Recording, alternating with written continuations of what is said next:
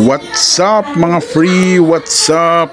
So ayun mga free, dahil nga ngayong araw na ito special ang ating tanghalian kasi nga nandito tayo sa Mexico, Pampanga. Dumalaw tayo kila nanay at kila papa.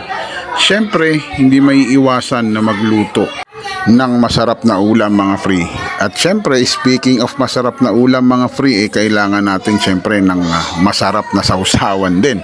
At hindi magiging masarap ang ating sausawan mga free kung wala tayong sili. At dahil nandito nga tayo sa probinsya mga free, kahit sa likod bahay lang, marami tayong mapagkukunan ng ating rekado para sa ating sausawan.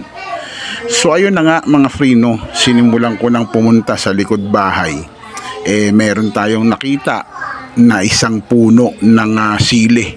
Kaya naman sa kapitbahay namin na kung sino man ang may-ari ng siling ito, salamat in advance. Alam nyo na kung sino kayo, shout out. At dahil tirik na ang araw, ang kinuha ko lang mga free yung gagamitin namin para sa sausawan. Kita nyo naman, sariwang sariwa ang mga siling nakuha namin. At sa aming pag-uwi, may nadaanan naman akong puno ng kamyas. Gusto ko lang ipakita sa inyo to.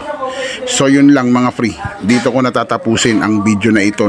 Iba pa rin talaga kung nasa probinsya ka kumpara sa Maynila.